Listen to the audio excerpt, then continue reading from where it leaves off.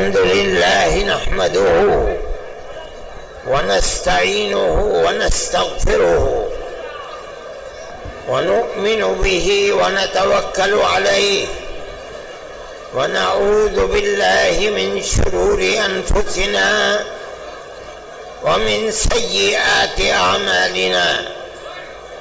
من يهده الله فلا مضل له ومن يضلله فلا هادي له. ونشهد أن لا إله إلا الله وحده لا شريك له. ونشهد أن سيدنا ومولانا محمدًا عبده ورسوله. أما بعد، علماء کرام، ارباب سیاست اور قرب و جوار سے آندھرا پردیش کے آئے ہوئے لاکھوں فرزندان توحید،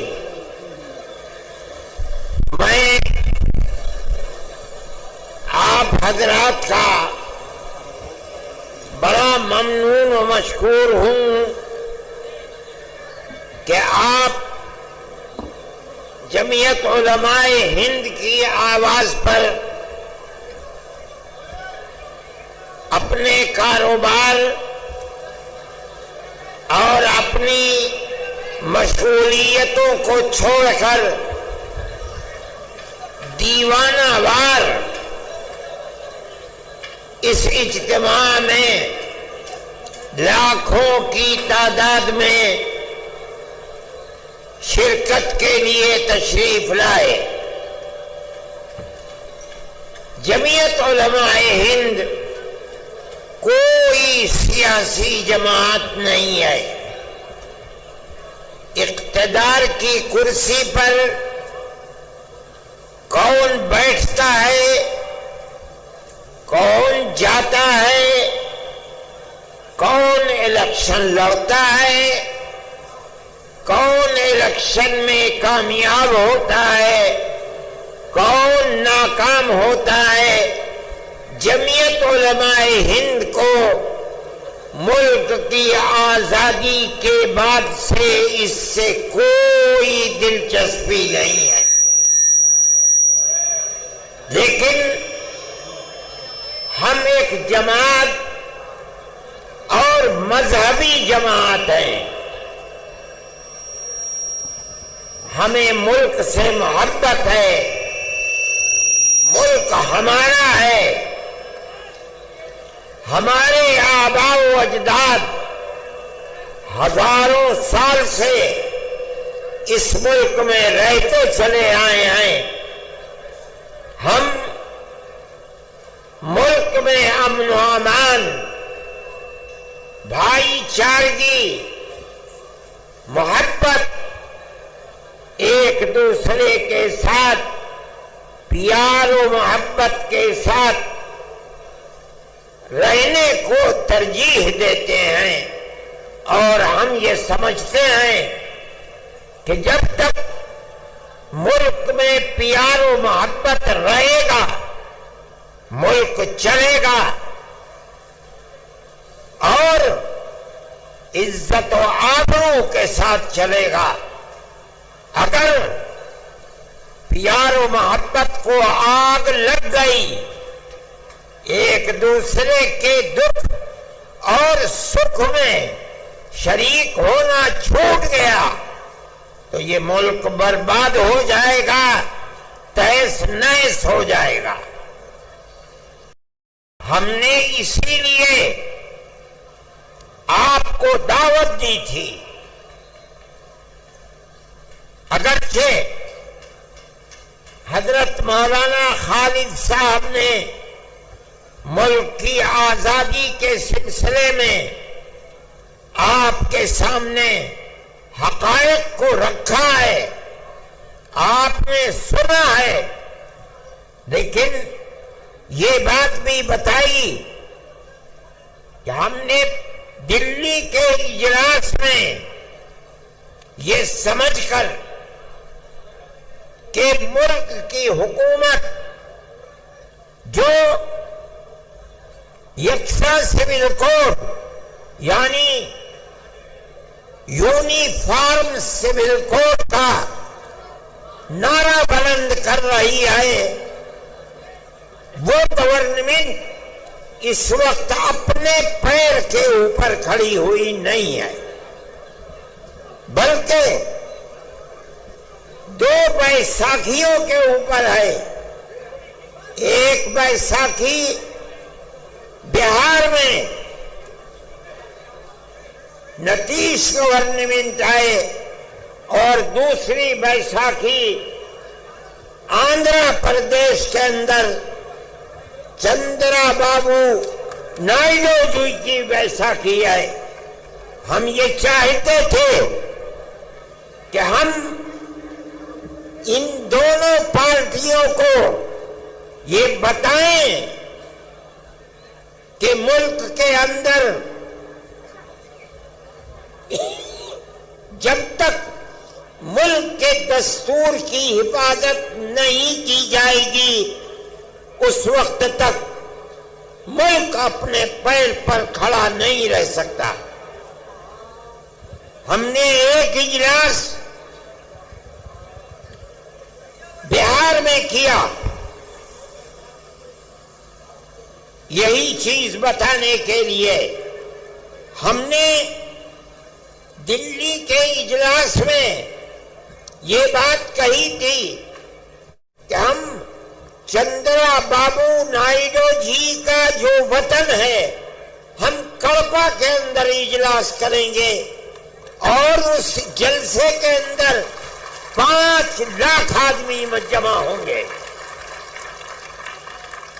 اگرچہ جمعیت علماء ہند نے آج سے پہلے کبھی ملک کی آزادی کے بعد، ملک کی آزادی سے پہلے کڑپا میں کبھی کوئی ایسا اجتماع اور جلسہ نہیں کیا تھا، لیکن ہم یہ سمجھتے ہیں، ہمارا عقیدہ ہے، ہم اس بات کو جانتے ہیں کہ ملک کا مسلمان اپنے ملک کا وفادار ہے، وہ ملک کے اندر امن و امان کو قائم رکھنا چاہتا ہے۔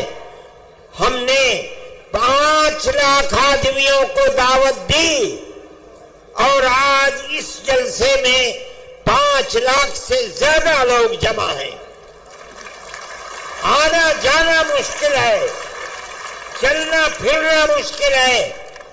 مجھ کو شہر سے یہاں تک آنے میں 5 گھنٹہ لگ گیا، جبکہ کتنی گاڑیاں پولیس کی میرے ساتھ تھی، سارے راستے بند ہیں۔ میں یہاں آ گیا، میں خوش ہوں اس بات سے کہ آپ اتنی بڑی تعداد میں یہاں آئے۔ ہمارا جو جلسہ تھا، ہم نے جو بات 1 مہینے پہلے دلی میں کہی تھی، وہ بات ہماری پوری ہو گئی۔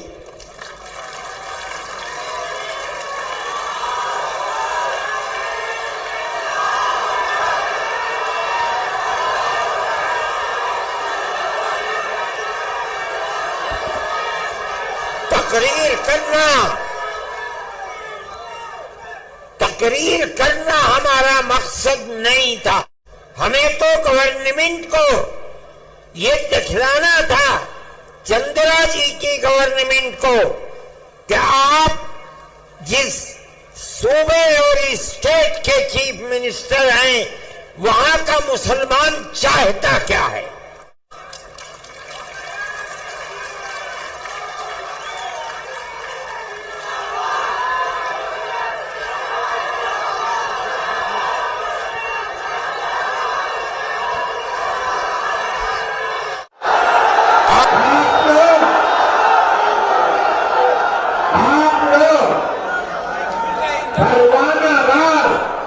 جمعیت علماء ہند کی آواز پر جمع ہو گئے ہمارا مقصد پورا ہو گیا. ہم یہ سمجھتے ہیں کیا ہم یہ سمجھتے ہیں کہ آپ کے یہاں جمع ہونے کی آواز صرف اس پردیشی میں نہیں، پورے ہندوستان میں نہیں، پوری دنیا کے اندر پہنچ رہی ہے.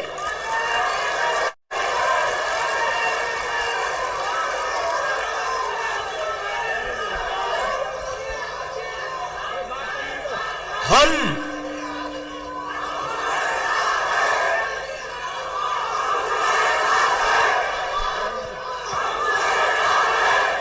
جمعیت علماء ہند یقینی سمجھتی ہے کہ اللہ اگر چاہے گا تو یہ بل ریجیکٹ ہوگا، پاس نہیں ہوگا انشاءاللہ. آپ کی گورنمنٹ جن بیساکھیوں کے اوپر بی جے پی گورنمنٹ ٹکی ہوئی ہے، آپ کی گورنمنٹ اس آواز کے بعد جو آج آپ آواز دے رہے ہیں، یقیناً اس بل کی مخالفت کرے گی. ہم اس ملک کے رہنے والے ہیں.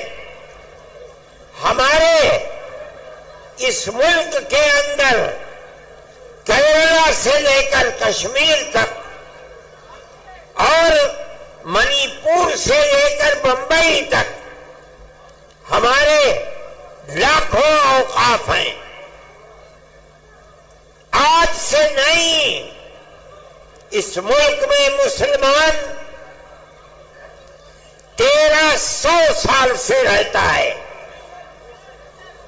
1300 سال سے کیرالہ سے لے کر شمالی ہندوستان تک، مغربی ہندوستان سے لے کر مشرقی ہندوستان تک 1300-1400 سال سے ہمارے اوقاف ہیں.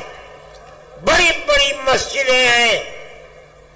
دلی کی جامع مسجد سے بادشاہوں کی بنائی ہوئے بڑی بڑی مسجدیں ہیں. آج تک قانون یہ تھا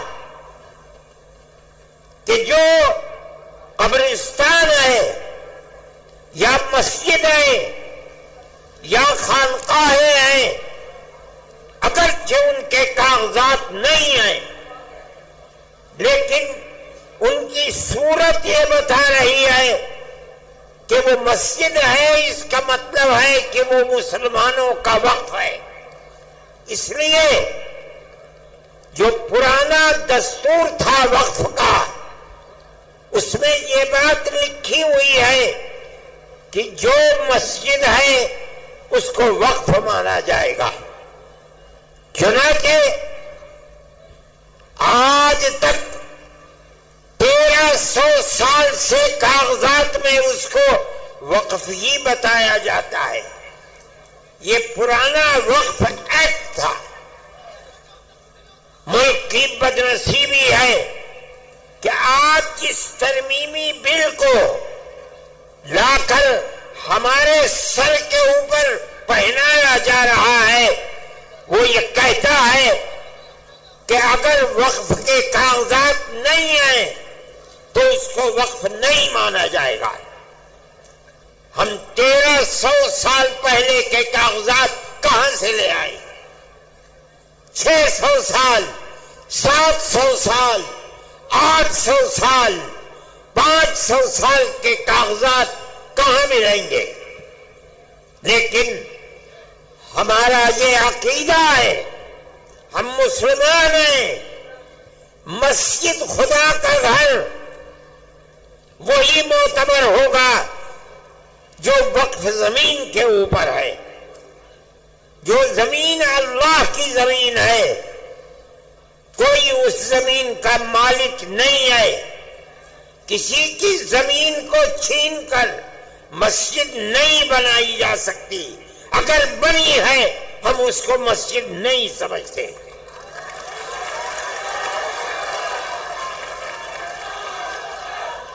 مسجد خدا کا گھر وہی ہے جو خدا کی زمین کے اوپر ہے. جو اللہ کی زمین پر نہیں ہے ہم اس کو مسجد نہیں مانتے. بابری مسجد کا مقدمہ 50 سال تک جمعیت علماء نے لڑا ہے. فیض آباد اجودھیا کی عدالت سے لے کر لکھنؤ تک، الہ آباد تک، اور الہ آباد سے سپریم کورٹ دلی تک کروڑوں روپیہ خرچ کیا تنہا جمعیت علماء ہند نے. ہم کہتے تھے کہ اکھاڑے والے یہ کہہ رہے ہیں کہ یہاں مندر تھا، بابر نے مندر کو توڑ کر مسجد بنائی ہے.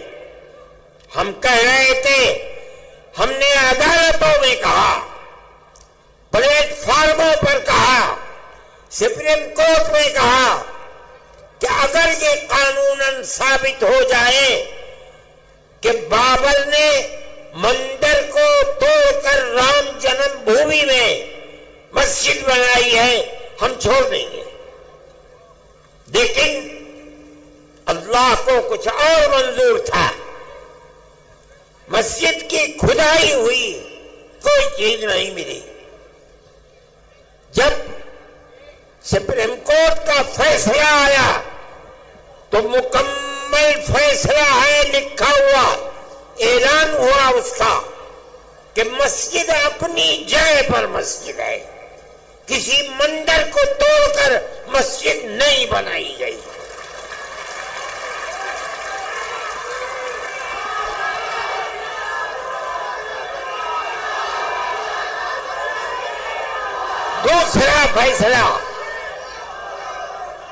دوسرا فیصلہ یہ ہے سپریم کورٹ کا کہ جن لوگوں نے مسجد کو شہید کیا، مسجد کے اندر گھس کر بت رکھا ہے، وہ مجرم ہے. لیکن ہم یہ سمجھ رہے تھے کہ تیسرا فیصلہ اب یقیناً یہ آئے گا کہ مسجد مسجد ہے، مندر نہیں ہے، مسلمانوں کا حق ہے. لیکن تیسرا فیصلہ آیا کہ ہم مسجد اکھاڑے کو دیتے ہیں. ہم کچھ نہیں کر سکے، وہ ہماری سب سے بڑی عدالت ہے. لیکن ہمیں اس بات کی خوشی ہے کہ بابری مسجد مسجد تھی. ہندوستان کا سپریم کورٹ بتاتا ہے مسجد اپنی جگہ پر ہے.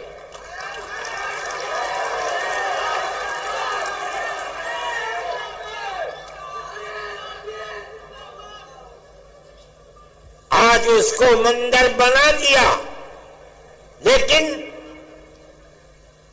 پوری بی جے پی اس کو اپنے الیکشن کا معیار نہیں بنا سکی. بے آباد ہے.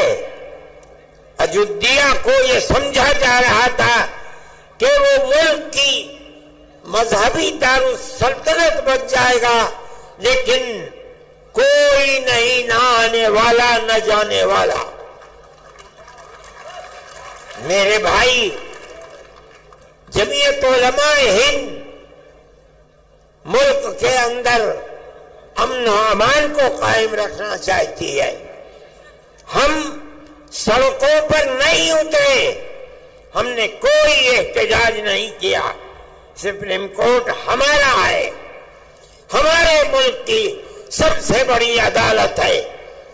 ہم یہ سمجھتے ہیں کہ اس کا یہ فیصلہ اگرچہ بابری مسجد اکھاڑے کو دے دی گئی، لیکن اس کا یہ فیصلہ کہ مسجد اپنی جگہ پر ہے، مندر توڑ کر نہیں بنائی گئی، ساری دنیا جو چاہے کہے، ہم کہتے ہیں کہ ہم جیت گئے، ہم ہارے نہیں ہیں۔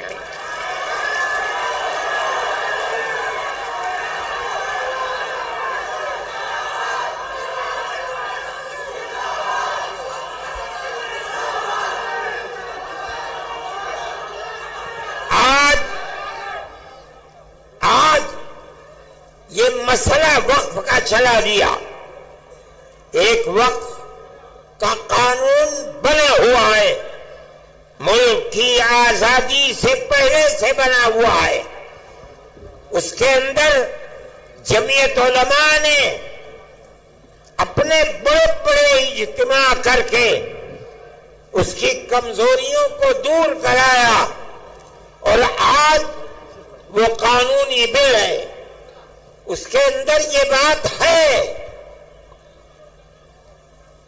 وقف بائی یوزر کہ جو وقف کی حیثیت سے، مسجد کی حیثیت سے، درگاہ کی حیثیت سے، خانقاہ کی حیثیت سے، قبرستان کی حیثیت سے 100 200 3 4 5 میں کہتا ہوں 1300 سال سے چلا آ رہا ہے، اس کے کاغذات ہیں یا نہیں ہیں، چونکہ اس کی صورت وقف کی ہے، اس کی صورت عبادت گاہ کی ہے، سینکڑوں سال پرانا ہے، اس لیے اس کو وقف ہی مانا جائے گا۔ اسی قانون پر عدالتوں کے فیصلے ہیں، وقف کونسل کے فیصلے ہیں، وقف بورڈ کے فیصلے ہیں۔ کیوں؟ اس لیے کہ ہندوستان میں مسلمان اسلام کا ماننے والا ہے، قانون یہ ہے کہ جو وقف ہے وہ وقف ہی رہے گا، جس کی صورت وقف کی ہے اگرچہ اس کے کاغذات نہ ہو، اس کو وقف ہی مانا جائے گا۔ آج تک اسی کے اوپر عمل ہو رہا ہے۔ آج یہ ترمیمی بل، میں جس کی صورت کو برا سمجھتا ہوں، وہ ترمیمی بل یہ آ رہا ہے کہ اگر کاغذات نہیں ہیں اس وقف کو وقف نہیں مانا جائے گا۔ اس کا مطلب ہے کہ گورنمنٹ اس کو کھا جائے گی۔ ہمارے ہزاروں اوقاف، لاکھوں اوقاف، 800 سال، 700 سال، 600 سال پرانے بڑی بڑی مسجدیں ہیں اور ان سے ملحقہ زمینیں ہیں جن کو یہ گورنمنٹ کھانا چاہتی ہے۔ ہم نے آپ کو جمع کیا ہے تاکہ آپ اپنی صوبائی گورنمنٹ کے سامنے اپنے اس نظریے کو رکھیں کہ مذہبی اعتبار سے ہمارے اوقاف ہیں، اس کے خلاف اگر کوئی نیا بل آتا ہے جو ہماری ان اوقاف کو ہڑپ جانے کے لیے قانون بناتا ہے، ہم اس قانون کو قبول کرنے کے لیے تیار نہیں ہیں۔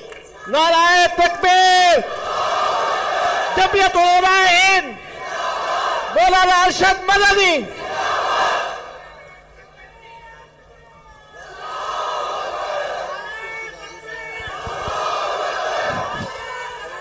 اب میں آپ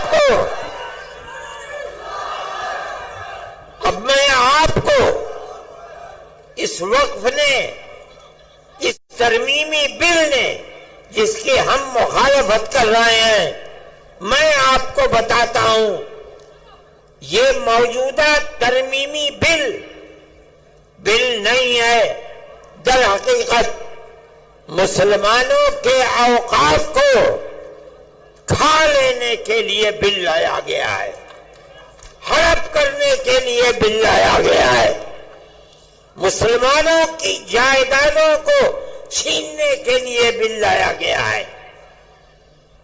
دیکھیے آج تک ہندوستان میں جہاں بھی وقف بورڈ ہے، اس وقف بورڈ کے جتنے ممبر ہوتے ہیں وہ ممبر گورنمنٹ کے بنائے ہوئے نہیں ہوتے، بلکہ ان ممبروں کا الیکشن ہوتا ہے، لیکن وہ سارے ممبر مسلمان ہوتے ہیں۔ کیوں؟ وقف مسلمانوں کا ہے، مسلمانوں کے اوقاف پر وقف بورڈ کے اندر کام ہوتا ہے، اس لیے 11 ممبر ہوتے ہیں عام طریقے پر، شرط ہے وہ 11 کے 11 الیکشن سے آتے ہیں اور سب کے سب مسلمان ہوتے ہیں۔ اب آپ دیکھیے اس بل کی نمبر 11 کا اے، پیج نمبر صفحہ نمبر 6، وہ یہ کہتے ہیں کہ بورڈ کے 11 ممبر جو گورنمنٹ جن کا انتخاب کرتی ہے، انتخاب نہیں ہوگا بلکہ گورنمنٹ ان 11 کو خود منتخب کر کے بغیر الیکشن کے لا کر رکھے گی۔ ہم کیا جانتے ہیں کہ کن کو رکھتے ہو؟ پھر وہ کہتے ہیں کہ ان 11 میں سے صرف 4 ممبر مسلمان ہوں گے اور 7 ممبر غیر مسلم ہوں گے۔ وقف ہمارا ہے، ہمارے باپ دادا کا ہے، ہماری زمینیں ہیں۔ وہ جو 7 ممبر زیادہ ہیں اور وہ مسلمان نہیں ہیں، وہ کیا جانے کہ وقف کی حفاظت کس طرح ہوگی۔ اس کا مطلب ہے کہ گورنمنٹ صوبائی گورنمنٹ ہے، اس کو کھانا چاہتی ہیں۔ ہمارے وقف ہیں، ہمارے باپ دادا کے وقف ہیں، جن کی تعداد 11 ہے، اس 11 میں سے صرف 4 مسلمان ہوں گے، باقی سب کرسچن، ہندو اور کون ہوتے ہیں۔ مگر سوال یہ ہے کہ ہمارا وقف کس طرح محفوظ رہ سکے گا؟ ہم نے چیئرمین کے سامنے یہ بات کہی، پورا بورڈ تھا 32-33 پارلیمنٹ کے ممبروں کا، ہم نے ان کے سامنے کہا کہ آج تک شرط ہے کہ سارے ممبر مسلمان ہوں گے، اس لیے کہ وقف مسلمانوں کا ہے، غیر مسلم کیسے آئیں گے؟ وہ کہتے ہیں نہیں، اس نئے وقف کو کہا جاتا ہے گورنمنٹ کی طرف سے کہ ہم اوقاف کی حفاظت کے لیے یہ ترمیمی بل لائے ہیں۔ ہم کہتے ہیں کہ تم اوقاف کی جڑ کھودنے کے لیے لا رہے ہو۔ ہم اسی لیے کہتے ہیں کہ مسلمان اس ترمیمی بل کی تائید نہیں کر سکتا۔ اسی لیے ہم نے چیئرمین کے سامنے کہا، پارلیمنٹ کے ممبروں کے سامنے کہا، ہم آپ کے سامنے کہہ رہے ہیں کہ آپ ان کی کمزوریوں کو سمجھیے۔ یہ کہہ رہے ہیں کہ ہم مسلمانوں کے اوقاف کی حفاظت کے لیے ترمیمی بل لائے ہیں۔ ہم کہتے ہیں جھوٹ بول رہے ہو، تم اوقاف کو مسلمانوں کی آگ لگانے کے لیے یہ بل لائے ہو۔ دوسری بات،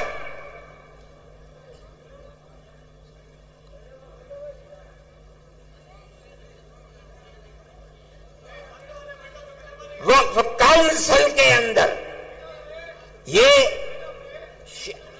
دفعہ نمبر 9 بل کی صفحہ نمبر 5، سینٹرل وقف کونسل، اس کے 22 ممبر ہوں گے۔ یہ دوسری چیز ہے، ان 22 ممبران کے اندر وہ کیا کہتے ہیں؟ نمبر 1 9B کہتے ہیں 3 ممبران پارلیمنٹ ہوں گے، ان کا مذہب کیا ہوگا؟ کچھ نہیں ہے۔ پھر فرماتے ہیں 2 جج ہوں گے، مذہب کی کوئی قید نہیں، 3 اور 2 5۔ 1 وکیل ہوگا جس کو گورنمنٹ لے کر آئے گی، مذہب کی کوئی قید نہیں۔ 6 4 وقف کے ماہر ہوں گے، مذہب کی کوئی قید نہیں۔ 6 اور 4 10 مرکزی حکومت کا 1 ملازم ہوگا، مذہب کی کوئی قید نہیں ہے۔ 11 اور 1 انچارج اس کا یونین منسٹر ہوگا، 12 کوئی قید نہیں۔ اور پھر لکھتے ہیں 9C کے اندر 10 مسلمان ہوں گے۔ آپ کیا سمجھے؟ مسلمانوں کا وقف بل ہے جس کو لا رہے ہیں، لیکن اس کے اندر 10 مسلمان اور 12 غیر مسلم ہیں۔ مسلمانوں کی تعداد کم کیوں ہے؟ اگر ووٹنگ ہوگی اکثریت کدھر جائے گی؟ وقف ہمارا ہے، ہمارے باپ دادا کا ہے۔ جس طرح ملک کی آزادی کے بعد سے آج تک وقف کونسل کے اندر، وقف بورڈ کے اندر سب کے سب ایک یونین منسٹر کے علاوہ سارے مسلمان ہوتے تھے، گورنمنٹ کی طرف سے ان کو داخل نہیں کیا جاتا تھا، ان کا الیکشن ہوتا تھا۔ آپ کو وہ قانون کیوں خلاف لگتا ہے؟ ہمارے باپ دادا کا وقف ہے، مسلمان اس کے انچارج ہوں گے، مسلمان ان کے اپنے اوقاف کے رکھوالے بنیں گے۔ ہم اسی لیے اس کی مخالفت کرتے ہیں۔ اور آگے چلیے، فرماتے ہیں وقف کے بارے میں میں مختصر کر کے بتاتا ہوں۔ وقف کے ہونے یا نہ ہونے کا فیصلہ وقف بورڈ کیا کرتا ہے۔ یہ پرانے وقف بورڈ کے دستور کی 40ویں دفعہ ہے کہ کوئی زمین ہے، عمارت ہے، اس کو لایا گیا کہ یہ وقف کی عمارت ہے، اس کا فیصلہ کون کرے گا؟ وقف بورڈ کرے گا۔ یہ جو موجودہ ترمیم ہے، اس کا دفعہ نمبر 20 صفحہ نمبر 9 یہ کہتا ہے کہ ہم دفعہ 40 کو ختم کرتے ہیں۔ کیا مطلب؟ بورڈ کو یہ اختیار نہیں ہے کہ وہ کسی چیز کے وقف ہونے کا فیصلہ کرے، یہ فیصلہ ہمارا ہوگا، گورنمنٹ فیصلہ کرے گی یا کلکٹر فیصلہ کرے گا، وقف بورڈ فیصلہ نہیں کرے گا۔ وقف بورڈ کے ناک، کان، ہاتھ، پیر کاٹ دیے گئے۔ آگے کہتے ہیں 3 دفعات ہیں۔ دفعہ 107 آج کے وقف کے اندر، یہ دفعہ ہے 107۔ کیا ہے؟ اگر کسی آپ کے شہر کی عمارت میں کوئی آدمی 50 سال سے قبضہ کیے ہوئے ہے، اتنے لمبے قبضے کے بعد مالک اگر چھڑانا چاہتا ہے تو چھوڑا نہیں سکتا، اس کو رہتے رہتے اتنا حق ہو گیا کہ اب اس جائیداد کو جو چھوڑا نہیں سکتا۔ یہ قانون ہے 1963 کا،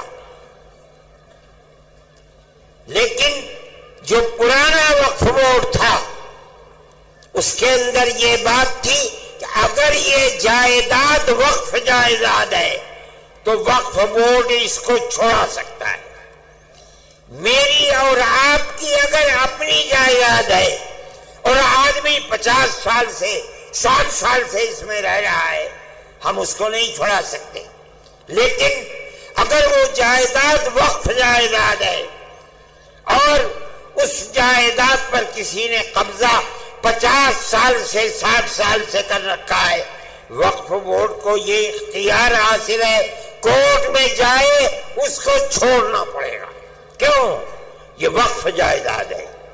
آج یہ قانون کہتا ہے کہ ہم اس نئے قانون کے اندر دفعہ 107 کو ختم کرتے ہیں اور کہا جا رہا ہے کہ ہم یہ لا رہے ہیں اوقاف کی حفاظت کے لیے. ایسا جھوٹ بولا جا رہا ہے. یعنی اگر وقف مقبرے کے اوپر مان لیجئے مسجد کے اوپر پنجاب میں مسجدوں کے اندر لوگ رہتے ہیں مسلمان چلے گئے اس قانون کے اعتبار سے اگر وقف بورڈ جائے اور جا کر یہ کہے کہ اس مسجد کو خالی کرو پرانا وقف قانون کہتا ہے خالی کرنا پڑے گا. لیکن یہ کہتا ہے کوئی ضرورت نہیں ہے اس نے ہمارے وقف کو کھا لیا. اور آگے چلیے دفعہ 108 میں کوئی پاکستان چلا گیا اس کی جائیداد فوراً کسٹوڈین نے اپنے قبضے میں کر لی. آپ لوگ بھی جانتے ہوں گے جو لوگ گئے ہیں ان کی جائیدادیں کسٹوڈین میں چلی گئی. لیکن اگر وہ وقف کر کے گیا ہے تو وہ وقف کسٹوڈین میں نہیں جائے گا. قانون آج تک یہی ہے. اب آپ سنیے یہ ترمیمی بل کہتا ہے کہ ہم دفعہ 108 کی پرانی وقف بورڈ کو ختم کر دیں گے. کیا مطلب ہے؟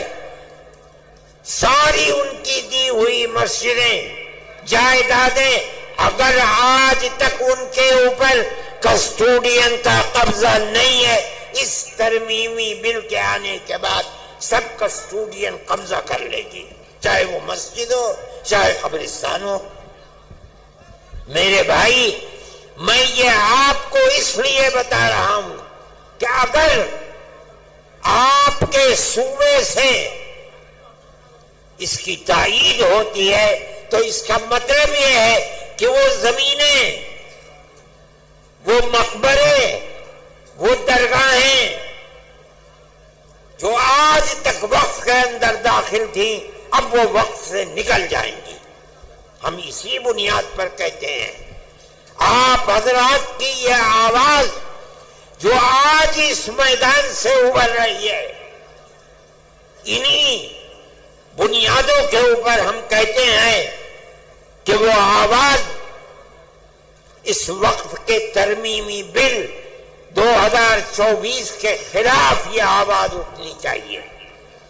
جمعیت علماء ہند میں نے آپ سے کہا تھا کہ ایک مذہبی جماعت ہے ہمارا سیاست سے کوئی تعلق نہیں ہے.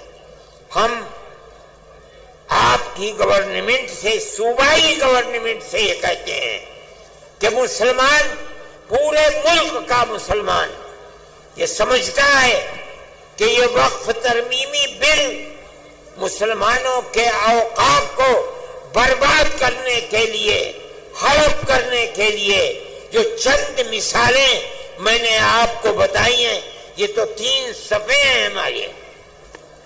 آپ اس کے خلاف اپنی رائے کو متحد کریں. میں یہ سمجھتا ہوں کہ آپ کے اس جمع غفیر کے جمع ہو جانے کے نتیجے میں یقیناً یہ آواز ارباب اقتدار کے کانوں تک پہنچے گی انشاءاللہ. اور یہ بات ہوگی کہ بی جے پی گورنمنٹ کے اس مسلمانوں کی جائیداد کو آگ لگانے اور کھانے والے بل کی مخالفت کی جائے گی۔ جمعیت علماء ہند آج کے وہ حالات جو اس دنیا کے اندر ہیں یا ملک کے اندر ہیں ان کو بڑے گہرے طریقے پر دیکھتی ہے۔ ملک کے اندر جو بات چیت چل رہی ہے فرقہ پرستی کی، چاہے وہ مکانوں کے اوپر بلڈوزر چلنے کی بات ہو یا آسام کے اندر مسلمانوں کو ملک کے اندر رہنے کے حق سے محروم کرنے کی ہو یا مسلمانوں کے مدرسوں کو بے بالو پر کرنے کی ہو، جمعیت علماء ہند ان تمام چیزوں کی مخالفت کرتی ہے۔ اسی طرح ہم فلسطین کے مسئلے کو اگرچہ ہمارے ملک کے پرائم منسٹر نے پہلے دن یہ بات کہی تھی کہ فلسطین کے لوگ دہشت گرد ہیں، میں نے اس وقت یہ بات اخبارات میں دی تھی اور میڈیا کے اندر دی تھی کہ مجھے افسوس ہے کہ ارباب اقتدار یہ نہیں جانتے کہ مسئلہ کیا ہے۔ مسئلہ تو صرف اتنا ہے کہ اسرائیل کو یورپ اور امریکہ نے خلافت اسلامیہ ترکیہ کو توڑ کر اسرائیل کو جنم دیا، بیت المقدس اس میں نہیں تھا۔ اس کے بعد امریکہ یورپ نے مل کر اسرائیل میں اپنی فوجیں بھیج کر فلسطین کے اوپر قبضہ کیا، بیت المقدس پر قبضہ کیا، ہزاروں آدمی مارے گئے، بیت المقدس پر قبضہ کیا، فلسطین کو اپنا غلام بنا لیا۔ اس کے بعد پھر شام کے اوپر حملہ کیا اور گولان کی پہاڑیوں پر قبضہ کر کے یہودیوں کی بستیاں بسا دی۔ اگر یہ کہتے ہو کہ فلسطینی دہشت گرد ہیں، آزادی کی لڑائی نہیں ہے، تو ماننا پڑے گا کہ جواہر لال نہرو جنہوں نے یہاں آزادی کی لڑائی لڑی ہے وہ بھی دہشت گرد تھے۔ نعرہ تکبیر! یہ ماننا پڑے گا گاندھی جی دہشت گرد تھے، ابوالکلام آزاد دہشت گرد تھے۔ اس کا مطلب ہے کہ تم کچھ نہیں جانتے۔ ان کا موقف بدلا، اب وہ یہ کہتے ہیں کہ ہم فلسطینیوں کے ساتھ ہیں۔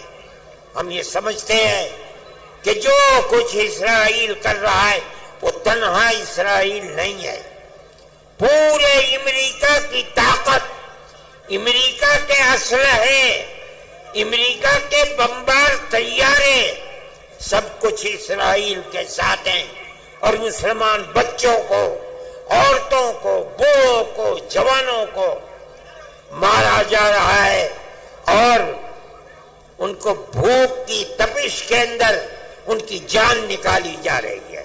ہم اس کے مخالف ہیں۔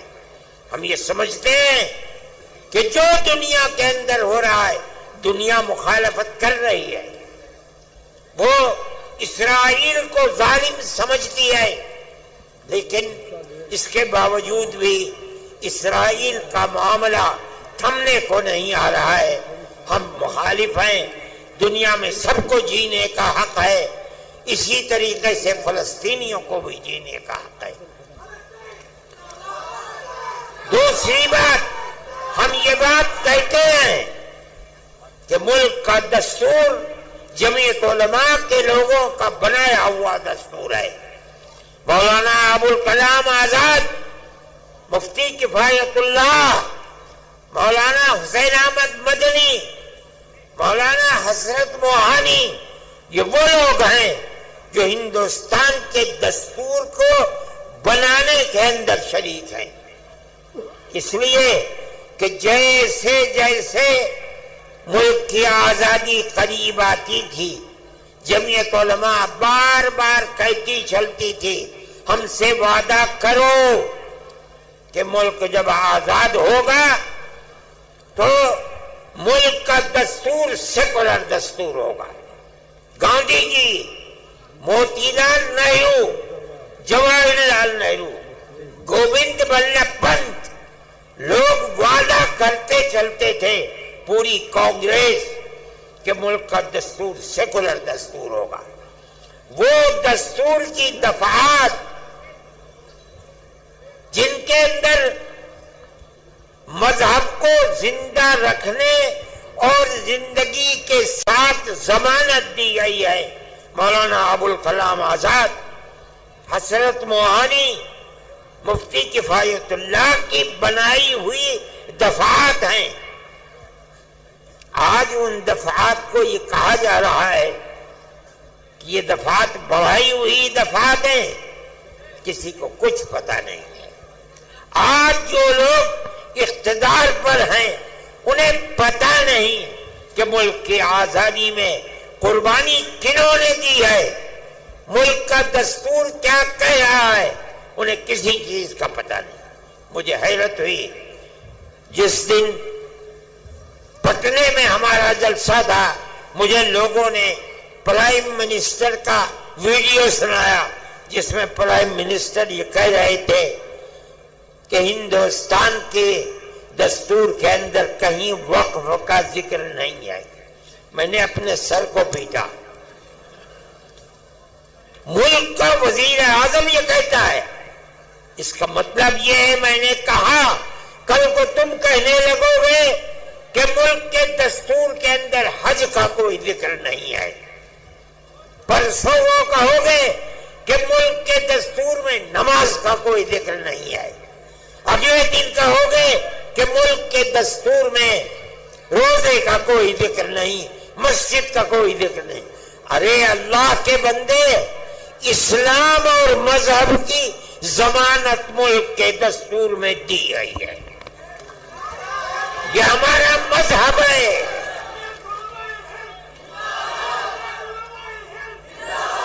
مگر میں کیا کہوں، میری سمجھ میں نہیں آتا کہ آج جو لوگ اقتدار کی کرسی پر بیٹھے ہیں انہیں مذہب ہی کا نام نہیں آتا، نہ وہ کچھ جانتے ہیں۔ ہمیں ہمارے مذہب کی ضمانت دی گئی ہے، ہم اس ملک میں زندہ ہیں، یہیں مریں گے، یہیں پیدا ہوئے ہیں۔ اور مولانا ارشد مدنی، ہندوستان، نعرہ تکبیر، آئین ہند۔ اپنے مذہب کے ساتھ زندہ رہیں گے۔ ہمارا ایمان ہے، ہمارا مذہب مرنے والا مذہب نہیں ہے۔ جنہوں نے ہمارے مذہب کو مارنے کے لیے اپنے تیر و تفنگ چلائے ہیں وہ خود مٹ گئے مذہب اسلام سے۔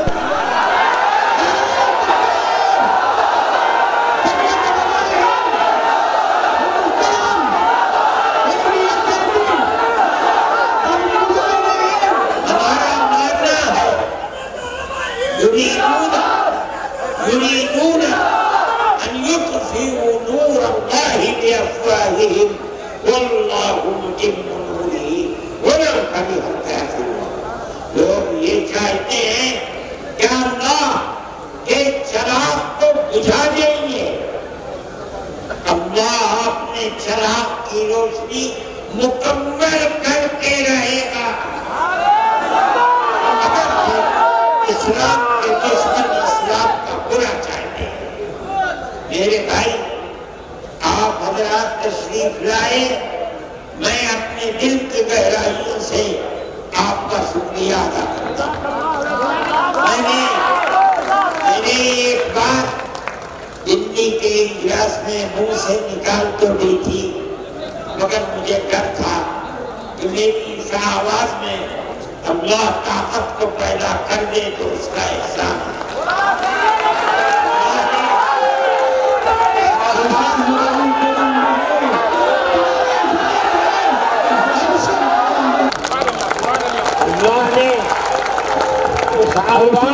ارشد قدم بڑھاؤ ہم تمہارے ساتھ ہیں ارشد قدم بڑھاؤ ہم تمہارے ساتھ ہیں نعرہ تکبیر طبیعت العلم شکریہ ارشد مدنی شکریہ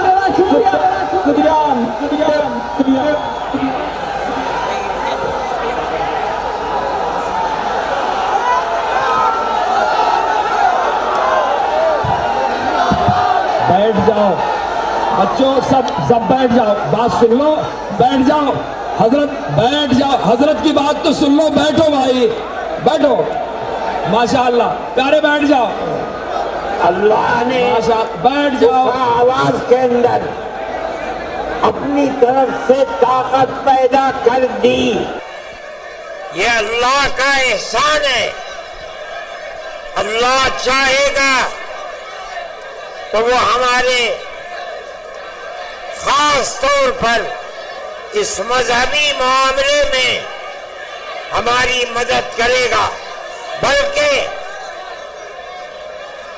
گورنمنٹ اور ملک کی فرقہ پرست ذہنیت مذہب اسلام کو بدلنا چاہتی ہے، ختم کرنا چاہتی ہے، یکساں سول کوڈ کو لانا چاہتی ہے.